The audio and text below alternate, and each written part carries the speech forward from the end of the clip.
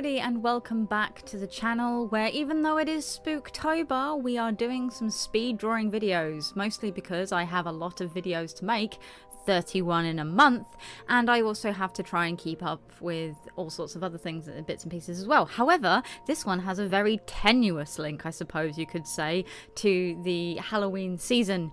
This is Your Forga from Spy X Family, and as you can see, she is very clearly drunk, which is pretty good for this season because most people, I say most, not all, I'm never going to shame you if you like to drink, but I'm also going to tell you if you're an alcoholic, it's okay, get yourself sorted. It will be fine. There are some great mocktail recipes out there, and I will happily share some of my favourite wits with you if you leave a comment down below. But we're getting out of the way. Yes, someone is clearly having a party, clearly enjoying herself with the drink, even though she possibly can't handle it. And I would like to say thank you very, very much to my friend and patron, Snowlocke, who requested I draw this video live on, or draw this character, sorry, live on Twitch. And also this video is for you because you're awesome. Now, as always, I still haven't watched any anime. I haven't watched Spy X Family. I keep meaning to. It's finding time. Everybody has the same 24 hours, but what you do with it tends to differentiate between each of you.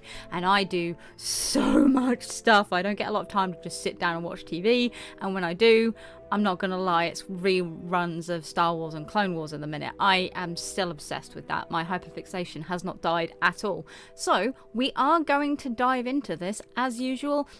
I have a little bit of a script. I'm going to read out what I think, what the character is, and I'm going to give you my opinions on it because that's always fun.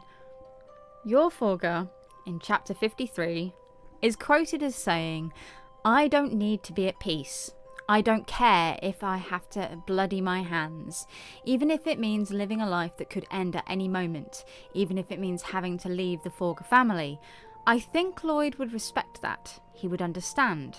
That's why I won't give up this fight." She already sounds like a wonderful, strong woman, and I love her already. I get the feeling I'm going to watch this anime at some point, and I'm going to be like, I'm cosplaying her. I'm cosplaying her forever and a day. You're going to have to deal with it. So, Your Forga is also named Briar, is the tritagonist. Oh my god, I can't pronounce this word. Tritagonist? Which I'm assuming means the third protagonist of the Spy X Family series. And while she works as an ordinary clerk at Berlin City Hall, she also leads a secret life as a garden assassin with the code name Thorn Princess. I already like where this is going. Now, in front of me right now, there is a picture of Your Forga, and I can see that she uses like really long, essentially knitting needles. So Thorn Princess kind of fits her really, really well. I think that this is a really good goer for this character. So she and Lloyd Ferger get married to fulfill their separate goals, with the former becoming the adoptive mother of Anya Forga, which I have also drawn previously. I will leave a link down below, or it'll be up in the little card at the top of the screen. Appearance. Yor is a very beautiful, graceful, and fairly tall young woman with a slender, curvaceous frame. Why is this the stereotypical thing of like every single anime everywhere? They've got to be tall, they've got to be young, they've got to be slender, but they've got to have those curves. Oh my gosh. Most women who have muscle don't have a lot of curves, and if they've got curves, they don't have a lot of muscle. I know that there are outliers between all of this, but as someone who's been working out for nearly 2 years now with heavy weights, I have curves, I'm fairly soft, but there's nothing slender about me anymore, which sucks because I used to be so skinny and I miss it, but at the same time, I also like to eat, so I never used to, but that's the thing, it annoys me sometimes. She has long, straight black hair reaching her mid-back with short bangs framing her forehead and upturned red eyes. Why do everybody have like non-natural coloured eyes? I mean, it's cool, don't get me wrong, she's gorgeous and I wouldn't say no, but why? Why red eyes? Red eyes normally means vampire to me. I mean, to be fair, she looks very gothic, she looks gorgeous. Beautiful woman. At home, Yor generally wears a semi-backless red off-the-shoulder sweater with black tights, a red skirt, and brown-heeled ankle boots. Oh, that explains why you got me to draw her wearing this, Snowlocke. That makes sense. She's only going to drink when she's at home, so of course she's going to be wearing her off-duty clothing. Thank you for that. I didn't know that. She wears a white headband and a pair of dangling gold earrings in the shape of small spikes.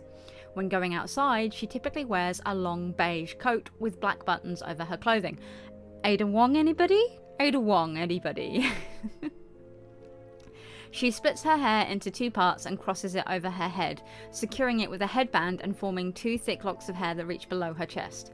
Okay, that makes an awful lot of sense, because when I was drawing this, I thought she had really short hair at the back and then really long bangs, which doesn't make much sense. But now that I've read that and I know that it's actually her hair sectioned off and then kind of tied around her head, that so much more sense.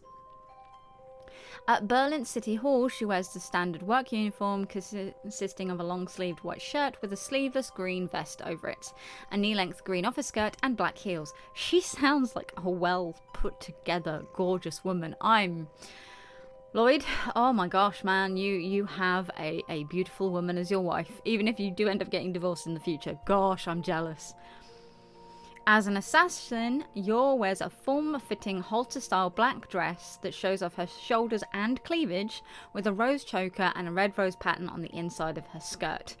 The front of the skirt is mid-thigh length, while the back reaches below her knees. She also wears a pair of black thigh-high boots with a rose symbol at the bottom of the sole and black fingerless gloves. The headband she wears is gold-coloured with a rose and 2 spikes on each side. Her weapons are of the same colour as well. She wears a hairstyle similar to the one she wears as a civilian, but it is in a more elaborate updo formed from braids wrapping around her head. This outfit was only good dress she had before marrying Lloyd, after which she purchased more formal wear to better present herself for Eden Academy's interview. As a child, Yor had shorter hair that reached just below chin length. So I still don't think that the outfit she's got, while very iconic, very gorgeous, is going to be particularly good for assassin work. I could be wrong. It depends on what kind of assassin she is. If she's a seduction type assassin, it's perfect. If she's not, and she's more like a combat type assassin, maybe not so much. But still, she's gorgeous while doing it, and I think that, my friends, is all that really matters. Yor lacks social skills and initially comes across as a somewhat aloof individual, interacting minimally with her co-workers and being rather straightforward, and described as robotic by Camilla, who I'm assuming is a lady that works with her. Oh dear. Similarly, Yor is remarkably collected and able to keep her composure during combat. She is incredibly polite, to the point of asking her assassination target for the honour of taking their lives. Oh, that's so sweet. I don't think that would ever happen in real life, but it's always nice to see it in these kind of animes and fantasy things. Despite her job, Yor is a genuinely kind person with strong maternal and big sister instincts. After becoming a family with Lloyd and Anya, Yor becomes more expressive and opens up to her co-workers, asking for help on being a better wife or a better cook. Which is kind of sweet. Oh no. On one occasion, after getting drunk with her co-workers, she is described in thought by several, including Camilla, as being adorable and pure. Oh, now I feel so good that I drew her being drunk. She's so sweet. She is protective of her foe family, especially towards Anya, whom she has no trouble defending with extreme violence. Oh, like a proper mum then, really. Due to spending most of her life as an assassin, Yor's way of thinking are often highly deviant. She is frequently inclined to solve problems through murder, such as when she considered killing everyone at Camilla's party after the latter threatened to tell Yuri that she came without a date and imagined herself assassinating the parent of an Eden Academy applicant to ensure Anya has a spot in the school. She also briefly considered killing Fiona when she believed Fiona, I said that wrong, to be competition for Lloyd's romantic affections. She is, however, well aware that these thoughts are not to be acted upon and is always seen chiding herself for having them afterwards. She appears to have a deep aesthetic appreciation of bladed implements, who doesn't, and was seen to be captivated at one point by a painting of a guillotine and another by a table knife. Oh, lovely. Somewhat counterintuitively, Yor is extremely gullible and naive, and is easily fooled by the ridiculous lies Lloyd tells her to hide his identity. Despite her professional intelligence and competence, Yor has a startling lack of common sense. At one point, for instance, asking Camilla if boogers made coffee taste better in response to her suggestion that they put one in their superior's coffee. Oh, sweetheart. On another occasion, she answers Lloyd's question about Anya passing an exam, talking about causes of death, having apparently misinterpreted passing an exam for passing away. At another point, Lloyd mentioned to Anya that dogs don't discern consonants well, and Yor somehow misinterpreted it as him saying that dogs don't discern between causes of death very well. Sweetie, you are showing your assassin roots. She then immediately proceeded to have a daydream about threatening Bond with various forms of death that he refused to choose between. In short, Yor is a genius when it comes to the planning and execution of her job, while clueless when it comes to real-life situations, often thinking in terms of how they apply to her assassination work. Yor is shown to be insecure about herself and her domestic abilities. Oh, sweetie. Believing she is not good at anything apart from killing or cleaning, and she constantly worries that she is not a good wife or mother. Oh, lovely. After the interview at Eden Academy, she tries to be more of a normal mother to Anya by trying to cook and asking Camilla for cooking lessons. As Anya once rather aptly described her, she's strong but fails at everything else. Lloyd at one point reassured her during an outing of theirs that he sincerely values her ability to make Anya feel safe and her dedication to keeping Anya out of trouble. As such, he requested that she continue in her current role indefinitely, a proposal which she happily acquiesced. Oh, she sounds so adorable, like she's gonna end up actually in love with him. Oh my gosh. Okay, so we've come to the end of this video because this drawing wasn't as long as I wanted it to be, but I love this drawing. This artwork is gorgeous, and now I am definitely going to have to watch this series because Yor is gorgeous and amazing, and I absolutely love her already, and I haven't watched anything. So once again, thank you everybody for watching. Thank you, Snow, for requesting the drawing and the video, and take care everybody. We'll see you next time. Have fun and goodbye.